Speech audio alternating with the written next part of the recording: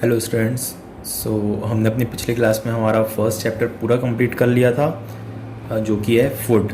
अब second chapter हम शुरू कर रहे हैं आज, जो कि हमारा components of food.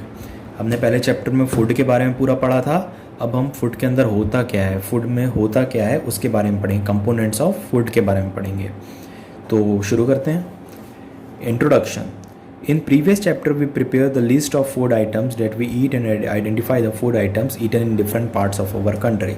Our food items contain nutrients which is essential for maintaining life and growth. हमने अपने पिछले चैप्टर में कुछ फूड आइटम्स का लिस्ट बनाई थी जो कि हम ईट करते हैं, खाते हैं, और अब हम उसमें क्या क्या प्रेजेंट रहता है, उस फूड आइटम में क्या क्या प्रेजेंट रहता है उसके बारे में पढ़ेंगे। तो फूड आइटम में ऐसा क्या प्रेजेंट रहता है जिसके कारण फूड इतना इम्पोर्टेंट रहता है। जो फूड आइटम में प्रेजेंट रहता है वो है nutrients. The food which nourishes our body consist of 5 components: carbohydrates, fats, proteins, vitamins and minerals. हमने देखा था कि जो न्यूट्रिएंट्स रहते हैं, न्यूट्रिएंट्स में क्या क्या आता है। न्यूट्रिएंट्स में आते हैं carbohydrate, protein, fat, vitamins and minerals. जो फूड किस किस चीज़ से बना रह के रहता है, तो इन्हीं 5 न्यूट्रिएंट्स से जो रहता है फूड वो बना हुआ रहता है: carbohydrate, fat, protein, vitamin and minerals.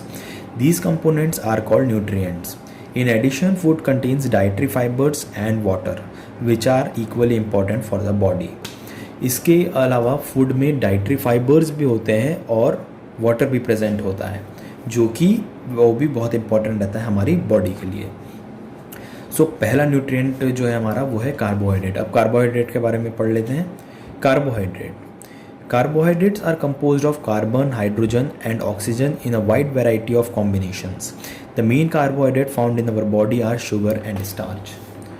Carbohydrate किस चीज़ से बना रहता है? कार्बोहाइड्रेट जो बना रहता है वो बना रहता है कार्बन, हाइड्रोजन एंड ऑक्सीजन से, in a wide variety of combinations. इनका अलग अलग कॉम्बिनेशंस, कार्बन, हाइड्रोजन और ऑक्सीजन के अलग अलग कॉम्बिनेशन से जो कार्बोहाइड्रेट रहता है वो बनता है, और बहुत सारे अलग अलग कॉम्बिनेशन से बनता है। जो 2 मेन कार्बोहाइड्रेट्स हैं जो कि हमारी बॉडी में प्रेजेंट रहते हैं वो हैं शुगर और स्टार्च। ये 2 मेन जो कार्बोहाइड्रेट्स हैं वो हमारी बॉडी में प्रेजेंट रहते हैं। Liver and muscles are the places of storage of carbohydrates in our body. जो लिवर है हमारा और जो मसल्स है वो मेन प्लेस है जहाँ पर हमारा कार्बोहाइड्रेट स्टोर होता है, वहाँ पर हमारा कार्बोहाइड्रेट जमा होता है। Sugars are also called simple carbohydrates: glucose, fructose और maltose. They are sweet and often soluble in water. Sugar, जो दो कार्बोहाइड्रेट्स में जो शुगर है वो मेनली जो रहता है वो सिंपल कार्बोहाइड्रेट कहलाता है, क्योंकि उसका जो स्ट्रक्चर रहता है वो थोड़ा सिंपल रहता है, जिस कारण वो सिंपल कार्बोहाइड्रेट कहलाता है। और उसके एग्जाम्पल क्या है? ग्लूकोज, फ्रक्टोज और माल्टोज, ये शुगर के एग्जाम्पल्स हैं। शुगर जो रहता है वो मेनली स्वीट इन टेस्ट, मीठा रहता है स्वाद में, और mainly soluble in water, water में सॉल्युबल हो जाता है, वाटर में मिक्स हो जाता है। Starch are also called complex carbohydrates and are formed from hundreds of sugar molecules. They do not taste sweet and are insoluble in water. Starch को कहते हैं हम कॉम्प्लेक्स कार्बोहाइड्रेट। स्टार्च जो रहता है वो बहुत सारे जो शुगर मॉलिक्यूल्स रहते हैं उससे बना रहता है। बहुत सारे शुगर मॉलिक्यूल को मिला के स्टार्च बनता है। स्टार्च मेनली टेस्ट में स्वीट नहीं होता और वाटर में भी इंसॉल्युबल नहीं होता। ठीक है। इसके बाद है इम्पोर्टेंस ऑफ कार्बोहाइड्रेट्स। कार्बोहाइड्रेट किस लिए ज़रूर रहता है? Carbohydrates are the main source of energy for our body. The energy in food is measured in calories. The amount of energy required by an individual depends upon the age, climate, sex and occupation. Carbohydrate जो रहता है energy का main source होता है। हमारी body में जो हम एनर्जी मिलती है उसका मेन सोर्स जो होता है वो होता है carbohydrate. The energy in food is measured in calories. जो आप एनर्जी रहती है आपकी बॉडी में उसको हम कैलकुलेट करते हैं कैलोरीज में। कैलोरीज यूनिट होती है, उसमें हम उसको काउंट करते हैं। The amount of energy required by an individual depends on the age, sex, climatic and occupation. जो अमाउंट ऑफ एनर्जी रहती है, जो एनर्जी हमारी बॉडी को चाहिए रहती है, वो डिफरेंट फैक्टर्स पे डिपेंड रहती है। जैसे कि एज, जो यंग लोग रहते हैं उनको ज़्यादा एनर्जी चाहिए रहती है, जो थोड़े ओल्ड रहते हैं उनको कम एनर्जी चाहिए रहती है।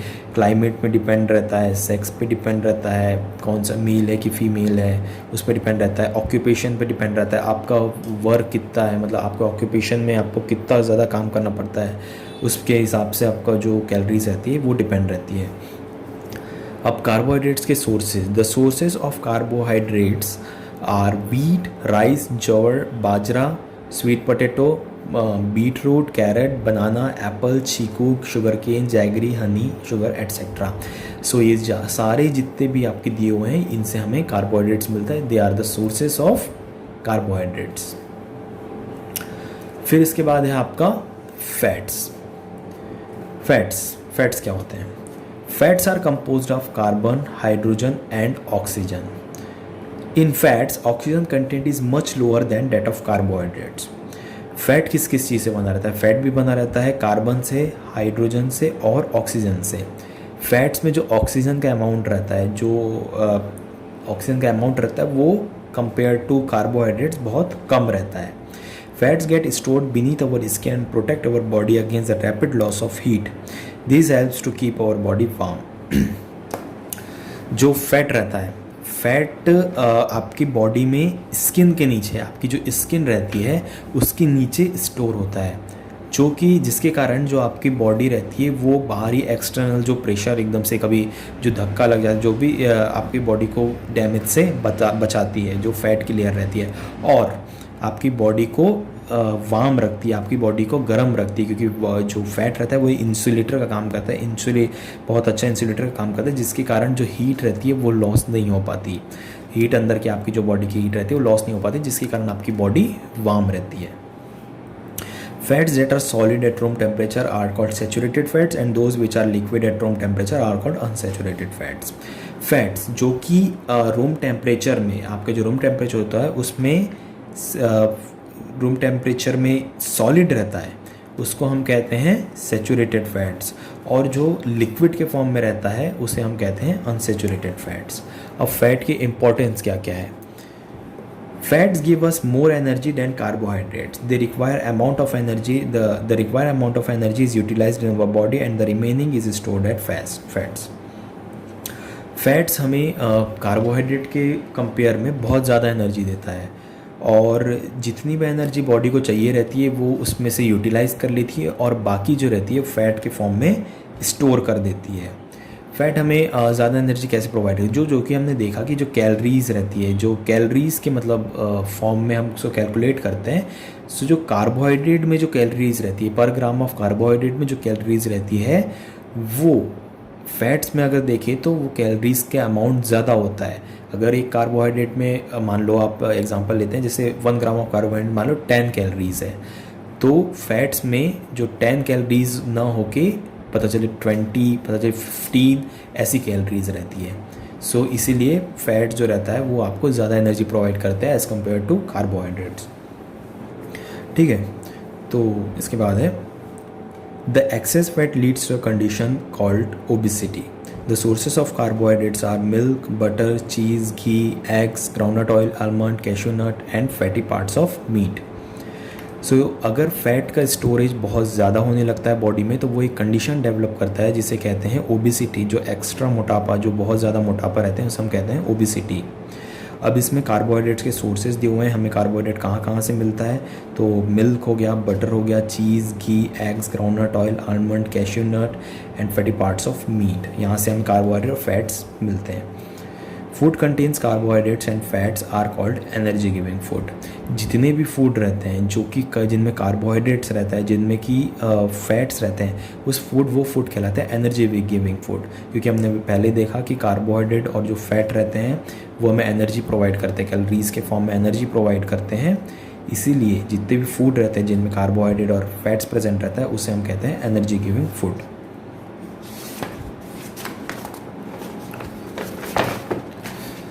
अब आगे एक एक्टिविटी दी हुई है to test the presence of fat in a food item. तो हमें प्रेजेंस ऑफ फैट प्रेजेंट है, हमें ये पता करना है फूड आइटम में। तो इसमें मटेरियल क्या क्या चाहिए रहेगा, फूड आइटम चाहिए रहेगा, एक sheet of white filter paper चाहिए रहेगा जिससे कि हम पता करेंगे कि इसमें फ़ैट प्रेजेंट है। तो करना कुछ नहीं है, एक फ़िल्टर पेपर लेना है, उसमें कोई भी फ़ैट कंटेनिंग फूड आइटम है उसको लेना है और उसको क्रश कर देना है, उसको चूरा कर देना है। और कुछ समय बाद उस फूड आइटम को हटा के आपको धूप के सामने उसे रख के देखते हैं तो आपको एक पैच दिखेगा, एक धब्बा दिखेगा ऑयली, जिससे कि आपको पता चल जाएगा कि वो फ़ैट है, जो कि फ़ैट उसमें प्रेजेंट है। तो वो जो पैच रहेगा वो रहेगा फ़ैट का पैच। ठीक है, अब आगे है proteins. Protein contains carbon, hydrogen and oxygen and nitrogen. Protein में क्या होता है, प्रोटीन जो मेनली में रहता है, प्रोटीन में कार्बन रहता है, हाइड्रोजन रहता है, ऑक्सीजन रहता है एंड नाइट्रोजन रहता है। Nitrogen is the most essential element in protein. जो प्रोटीन में जो नाइट्रोजन रहता है वो मोस्ट एसेंशियल एलिमेंट रहता है प्रोटीन का। सम प्रोटीन्स में कंटेन सल्फर एंड फॉस्फोरस। कुछ प्रोटीन्स में सल्फर भी प्रेजेंट रहता है और फॉस्फोरस भी प्रेजेंट रहता है। Amino acids are the simpler smaller units of proteins.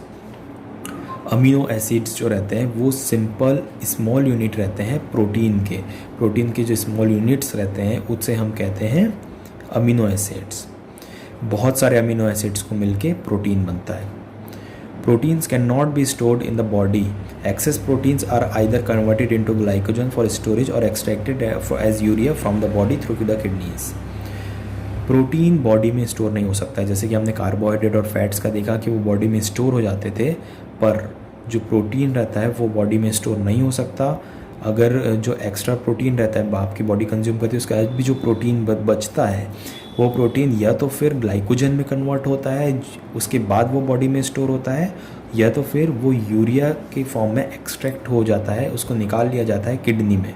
Kidney जो रहती है उसको यूरिया के फॉर्म में निकाल लेती है और उसको एक्सपेल आउट कर देती है बॉडी से।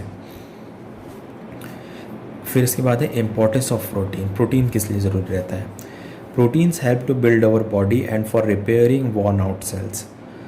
प्रोटीन हमारी बॉडी को बिल्ड करने के लिए, हमारे मसल्स को बिल्ड करने के लिए ज़रूरी रहता है। जितना हमारा मसल्स जो बिल्ड होता है, मसल जो बनता है वो प्रोटीन से बनता है, तो उसके लिए ज़रूरी रहता है। और जितने भी टिश्यू आपके, जितने भी सेल्स आपके डैमेज हुए रहते हैं सारे दिन में, उसको रिपेयर करने के लिए भी प्रोटीन की ज़रूरत रहती है। So they are called body building foods. So these proteins are called body building foods. Body building इसलिए क्योंकि वो आपके मसल्स डेवलप करता है, आपकी बॉडी को डेवलप करता है। Haemoglobin in the blood is also a protein. Haemoglobin, जो ब्लड में हीमोग्लोबिन प्रेजेंस रहता है वो भी एक प्रोटीन है। हीमोग्लोबिन अब किस लिए ज़रूरी रहता है? हीमोग्लोबिन ज़रूरी रहता है ऑक्सीजन के ट्रांसपोर्ट। ब्लड में जो ऑक्सीजन और कार्बन डाइऑक्साइड जो ट्रांसपोर्ट होती है वो होती है हीमोग्लोबिन के थ्रू। तो haemoglobin in the blood is also a protein. It is essential for the transport of oxygen and carbon dioxide. The sources of proteins are lean meat, fat free muscles, fish, eggs, milks, cheese, nuts, beans, peas etcetera. ये सारे जितने भी हैं ये हैं protein के sources, इनसे हमें प्रोटीन मिलता है।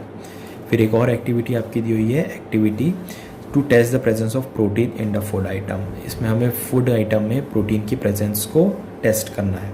इसके लिए मटेरियल क्या क्या चाहिए? फूड आइटम चाहिए, test tube, dropper, copper sulphate solution, caustic soda and test tube stand.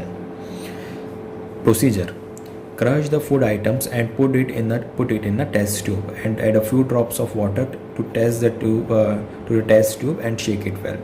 Food item को क्रश करना है, उसको टेस्ट ट्यूब में डालना है और उसमें कुछ वाटर ऐड करना है और उसको शेक करना है। उसके बाद क्या करना है? Now using a dropper add 2 drops of copper sulphate solution and 10 drops of caustic soda to the test tube. उसके बाद उसी टेस्ट ट्यूब में जिसमें कि आपने क्रश्ड फूड को वाटर के साथ शेक करके रखा है, उसमें हमें कुछ ड्रॉप्स कॉपर सल्फेट के ऐड करने हैं और 10 drops ऑफ कॉस्टिक सोडा के ऐड करने हैं। उसके बाद दोनों को पूरा जितना भी आपका सॉल्यूशन बना है उसको एक बार और शेक कर लेना है। उसके बाद चेंज को ऑब्जर्व करना है। तो आप क्या ऑब्जर्व करेंगे? एक वायलेट कलर का जो वायलेट कलर आ रहा है वो आने लगेगा आपकी टेस्ट ट्यूब में, जो कि आपको शो करेगा कि इसमें प्रोटीन प्रेजेंट है। फिर इसके बाद है आपका नेक्स्ट है विटामिन्स। विटामिन्स क्या होते हैं? Vitamins are chemical substances which help to maintain a healthy body. They are required by our body in small quantities. So unlike carbohydrates and fats, जो कार्बोहाइड्रेट फैट्स है वो मैक्रो न्यूट्रिएंट्स है, वो ज़्यादा amount में हमारी बॉडी को चाहिए रहते हैं, पर जो विटामिन्स रहते हैं, मिनरल्स रहते हैं, हमारी बॉडी को कम अमाउंट में चाहिए रहते हैं। ठीक है, तो vitamins are chemical substance which help to maintain healthy body. Vitamins वो केमिकल सब्सटेंसेस होते हैं जो कि हमारी बॉडी को हेल्थ मेंटेन रखने में मदद करते हैं, हमारी बॉडी की हेल्थ को मेंटेन रखने में मदद करते हैं। They are required to our body in small quantities. हमारी बॉडी को ये बहुत स्मॉल क्वांटिटीज़ में ज़रूरत रहती है, कार्बोहाइड्रेट और फैट्स की जैसे बहुत ज़्यादा क्वांटिटी में नहीं चाहिए रहता। Vitamins are classified into 2 groups on the basis of their solubility in fats and water. Vitamins mainly 2 groups में डिवाइड होते हैं, अब उनकी सॉल्युबिलिटी के आधार पे कि वो या तो वाटर में सॉल्युबल होते हैं या तो फैट्स में सॉल्युबल होते हैं। तो जो विटामिन्स वाटर में सॉल्युबल होते हैं वो एक अलग कैटेगरी में डिवाइड होते हैं, और जो विटामिन्स फैट्स में सॉल्युबल होते हैं वो एक अलग कैटेगरी में डिवाइड होते हैं। जैसे कि एग्जांपल है vitamins A, D, E and के।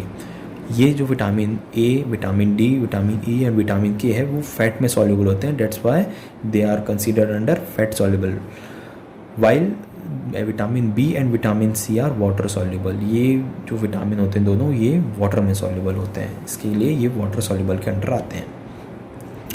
फिर विटामिन की importance of vitamins. Vitamins comes under protective food as they prevent diseases. Vitamin जो रहते हैं वो प्रोटेक्टिव फूड के अंदर आते हैं, क्योंकि जितने भी हमें डिसीजेज होती है उससे हमें ये प्रिवेंट करते हैं। कौन करते हैं? विटामिन्स करते हैं। Some vitamins helps in keeping our eyes, teeth, gums and bones healthy. The sources of vitamins are milk, eggs, meat, fruit, vegetables and dry foods are resource of vitamins. Vitamins हमारी eyes को, हमारी आँखों को, हमारे दांतों को, हमारे जो जबड़ा, हमारे मसूड़े रहते हैं उसको, हमारी बोन्स को हेल्दी रखने में हेल्प करते हैं। हमारी बोन्स को, हमारे टीथ को, हमारे आइज़ को हेल्दी रखने में।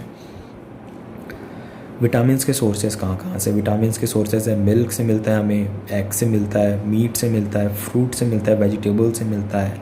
ठीक है, अगर for best vitamin value food should be eaten as fresh as possible. आपको ज़्यादा से ज़्यादा विटामिन किसी भी फूड से लेने के लिए उसे जितना ज़्यादा आप फ्रेश खा सकें, जितना ज़्यादा आप फ्रेश कंज्यूम कर सकें, उतना ज़्यादा आपको विटामिन अच्छे से उसमें से मिलेगा। अब एक एक विटामिन को देखते हैं। पहला दिया हुआ है vitamin A. It helps to keep eyes, hair and skin healthy. Carrots, yellow and green vegetables, butter and milk are the best sources of vitamin A. Vitamin A क्या करता है? विटामिन ए जो मेनली रहता है वो eyes को, अपनी आपके आँखों को, आपके हेयर को और आपकी स्किन क्वालिटी को मेंटेन करता है। इसके सोर्सेज क्या क्या है? कैरेट्स हैं, येलो एंड ग्रीन वेजिटेबल्स हैं, इनसे हमें विटामिन ए मिलता है। बटर से, मिल्क से, इन सब से हमें विटामिन ए मिलता है। ठीक है, अब उसके बाद है vitamin B. Vitamin B. It keeps the skin and mouth healthy. It is needed for healthy body and proper growth of the body. Vitamin B क्या करता है? विटामिन बी स्किन को, हमारी जो चमड़ी रहती है, हमारी जो स्किन रहती है उसको हेल्दी रखता है, हमारे माउथ पार्ट्स को हेल्दी रखता है। It is needed for healthy body and proper growth of the body. Vitamin D ज़रूरी रहता है हमारी बॉडी के हेल्दी फंक्शनिंग के लिए, और हमारे जितने भी बॉडी की जो ग्रोथ होती है उसको अच्छे से ग्रोथ होने के लिए बॉडी की विटामिन बी ज़रूरी रहता है। अब विटामिन बी हमें कहाँ से मिलता है? Whole grain, cereals, legumes, eggs, greens, leaf vegetables are the best source of vitamin B. So ये सारी चीज़ों से हमें विटामिन बी मिलता है। अब मोर टू नो में आपको कुछ दिया हुआ है। Vitamin B1, B2, B3, B6, B12 and folic acid together are known as vitamin B complex. Vitamin B1 helps in proper growth and development of nerves. Vitamin B1 जो रहता है वो प्रॉपर ग्रोथ और डेवलपमेंट, आपकी जो nerves रहती है, आपकी जो नसें रहती है उसके डेवलपमेंट के लिए होता है। Vitamin B2 helps to keep skin healthy and proper growth. Vitamin B2 जो रहता है वो आपकी स्किन की हेल्थ के लिए और प्रॉपर ग्रोथ के लिए ज़रूरी रहता है। Vitamin B3 also called niacin. Vitamin B3 को और क्या कहते हैं? नियासिन कहते हैं। वो किस लिए ज़रूरत है? Proper functioning of digestive system and nervous system. जो आपका डाइजेस्टिव, जो आपका पाचन तंत्र रहता है उसके लिए, और आपकी जो नर्वस सिस्टम रहता है उसके लिए ज़रूरी रहता है vitamin B3। Vitamin B12 helps in proper growth and development of nerves. Vitamin B12 जो आपकी नर्व्स रहती है उसके प्रॉपर ग्रोथ और डेवलपमेंट के लिए ज़रूरी रहता है। ठीक है, अब इसके बाद है vitamin C. It helps in proper growth, healthy teeth, gums and joints. It also helps the body to fight against diseases and infections. Citrus fruits, tomato, cabbage and amla are the best sources of vitamin C. Vitamin C आपके healthy teeth के लिए बहुत ज़रूरी रहता है, आपके gums जो आपके जब मसूड़े रहते हैं उसके लिए अच्छा होता है, आपके जितने भी जॉइंट्स रहते हैं उसके लिए बहुत अच्छा होता है विटामिन सी। और आपकी इम्यूनिटी बूस्ट करता है, जो आपकी डिसीज़ेज़ को लड़ने के लिए आपकी जो इम्यूनिटी चाहिए रहती है उसको बूस्ट करता है विटामिन सी। अब विटामिन सी हमें मेनली कहाँ कहाँ से मिलता है? विटामिन सी मिलता है हमें आंवला से, कैबेज से, सिट्रस फ्रूट से, जितने भी आपके खट्टे फ्रूट्स रहते हैं इससे हमें मिलता है विटामिन सी। आंवला हो गया, आपके सिट्रस फ्रूट्स, नींबू हो गया, ये सबसे विटामिन सी मिलता है।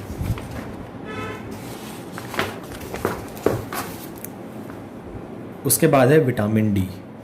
इन aids in the normal growth of the bones and teeth.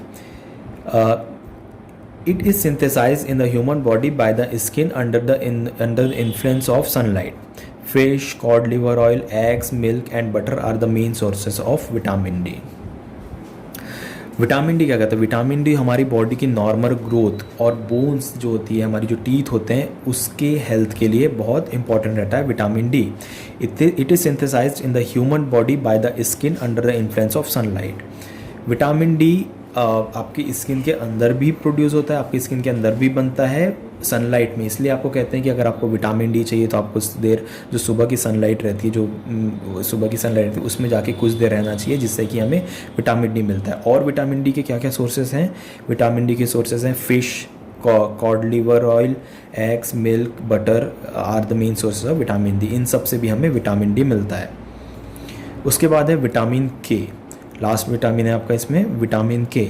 It helps in clotting of blood. Liver, spinach, cauliflower and tomato are the best sources of vitamin K. Vitamin K जो आपको कई बार चोट लग जाती है कहीं भी, तो उससे जो खून निकलता है, वो खून आप देखना कुछ समय बाद जम जाता है, वो खून कुछ समय बाद क्लॉट हो जाता है। तो जो क्लॉटिंग ऑफ ब्लड है उसके लिए हेल्प करता है विटामिन के। और विटामिन के हमें कहाँ कहाँ से मिलता है? लिवर से मिलता है, स्पिनिश से मिलता है, कॉलीफ्लावर एंड टोमेटो, ये बेस्ट सोर्सेज हैं आपके विटामिन के। ठीक है, तो आज हमने सारे न्यूट्रिएंट्स के बारे में पढ़ लिया, कार्बोहाइड्रेट, प्रोटीन, फैट्स, विटामिन्स के बारे में पढ़ लिया। ठीक है, अब हम अपने नेक्स्ट चैप्टर में मिनरल्स के बारे में पढ़ेंगे, वाटर के बारे में पढ़ेंगे, डाइटरी फाइबर्स के बारे में पढ़ेंगे, बैलेंस डाइट, आगे जितना भी आपका चैप्टर में है वो हम आगे नेक्स्ट लेक्चर में अपने कवर करेंगे। सो पूरा आज के लिए हमने यहाँ तक विटामिन तक कवर कर लिया है। ठीक है, so that's all for today. अब आगे जो है हम नेक्स्ट लेक्चर में कवर करेंगे। तब तक के लिए बाय बाय।